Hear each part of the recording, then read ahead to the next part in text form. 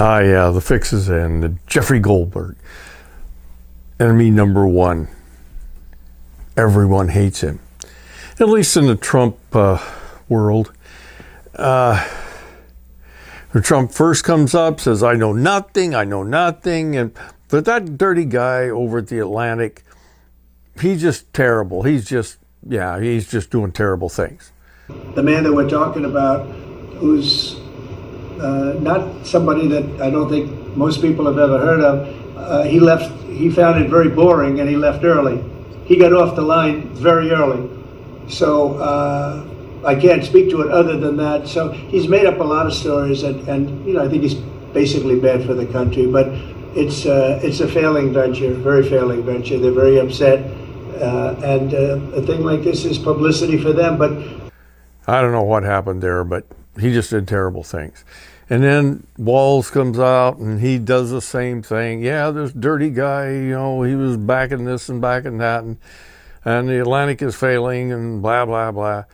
Respond to that, please. Yes, Mr. President, you asked about lessons. I think there's a lot of journalists in this city who have made big names for themselves, making up lies about this president, whether it's the Russia hoax or making up lies about Gold Star families, and this one in particular I've never met, don't know, never communicated with, and we are looking into and reviewing how the heck he got into this room. But I'll tell you what. And it just goes on and on. Hegseth does the same thing. You're talking about a deceitful and highly discredited so-called journalist who's made a profession of peddling hoaxes time and time again, to include the hoaxes of Russia, or the fine people on both sides hoax, or suckers and losers hoax. So this is the guy that peddles in garbage. This is what he does. This is just a plan by, this White House has got all kinds of little tricks that they pull that have nothing to do with reality. And this one is go after the messenger. They're even saying, how did this guy get on there? I don't know. How did he get on there? Mike Waltz put him on there. I don't know why he put him on there. Because he's an idiot? I don't know. He's on that app. I suppose I should explain the app. Signal is the app that these guys used that was supposed to be secure, but of course it is not secure. I talked about that earlier in the video. It may be secure, but the device is on the end. Who knows whether they're secure or not? Well, they're all of a sudden trying to blame him for getting on this thing. He's just kind of this innocent guy. He all of a sudden finds he's in this chat room, and he thought it was some guys just spoofing him. There's a lot of that kind of stuff goes around out there. So he just kind of, and then this thing comes up with this Houthi thing, and what he did is he's watching the messaging going back and forth, and they're talking about really classified stuff. This is high security stuff, military operations. Right in the middle of a military operation, these guys are blabbing all over the place. And here's this journalist from the Atlantic. And he looks at it and he's going over it, and what the heck is all this stuff? And he finally sees all these plans, these military plans before anything was happening, and they're just saying, yeah, well, this is going to happen, and so the jets go in here and so on like that. And he finally, when the attack actually came, he says, I got to get off this. This is something I shouldn't be on. Well, now they blame him, and it's, how did he get on there? How did he do that? Well, maybe Mike Waltz put him on there. I don't know if he made it by mistake or what the heck he did, but it's an idiot mistake by an incompetent boob.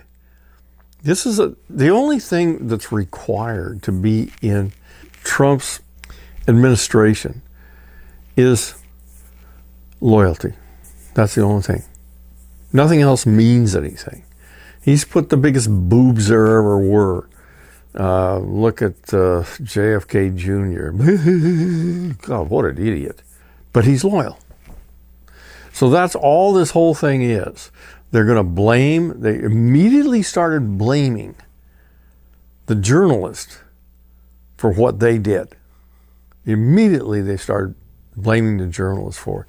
And do you think Trump didn't know? He says, I don't know nothing. I don't know what's going on. Like he's a bubbling idiot, which he kind of is, but he did know about it. They did come up with a strategy. Let's go after the guy that's talking about it. And that's what they did. That's all they're doing. Gabbard goes in front of the Senate and says, essentially, I know nothing. Did you participate in the group chat with Secretary of Defense and other Trump senior officials discussing the Yemen war plans? Senator, I don't want to get into the specifics. Ma'am, were you on? You're not going to be willing to address. So you're not. Are you denying? Matt, will you answer my question, ma'am? You were not TG on this group chat. I'm not going to get into the specifics. So you refuse to acknowledge whether you were on this group chat. Senator, I'm not going to get into the specifics. Why are you going to get into the specifics? Is it because it's all classified? Because this is currently under review by the National Security Because Council. it's all classified? If it's not classified, share the text now. As the White House previously Is it classified or non-classified information on this text? I can confirm. Dr. Radcliffe? So my communications, to be clear, in a signal message group were entirely permissible and lawful and did not include classified information. Well, we will make that determination, because if it's not classified, share the text with the committee. Let me go on. Director Gabbard, you are the security executive and set access guidelines for classified information. Did you contact the defense secretary or others after this specific military planning was put out and say, hey, we should be doing this in a skiff? There was no classified material that was shared in that. So then if signal there was no check. classified material, share it with the committee. You can't have it both ways. These are important jobs. This is our national security. Bobbing and weaving and trying to, filibuster your answer. So please answer the question. If this was Director Gabbard, if this was a rank and file intelligence officer who did this kind of careless behavior, what would you do with them?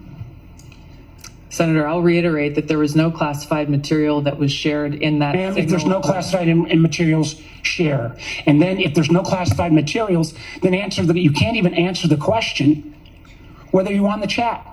I'm not going to discuss ongoing blah, blah, blah. Come on. If it's classified, or not even if it's classified, because Trump can declassify and say, oh, it's never classified. But if it is a national security issue, which it definitely is, you can't talk about it, right? Now, Gabbard says there was no classified information ever spoke. Nothing was classified. And so the answer to that is, okay, let's hear it. Let's release everything. And no, we can't do that. So it's not classified. So it should be available to everybody. But no, we can't do that. No, that would be bad. This is smoke and mirrors beyond smoke and mirrors. There's nothing in this administration that is as it seems. And if you think it's bad, just wait. It's going to get way worse. We're talking Social Security now. They're going to change Social Security so it doesn't work. I'll talk about that one a little later. Anyway, that's it on this one.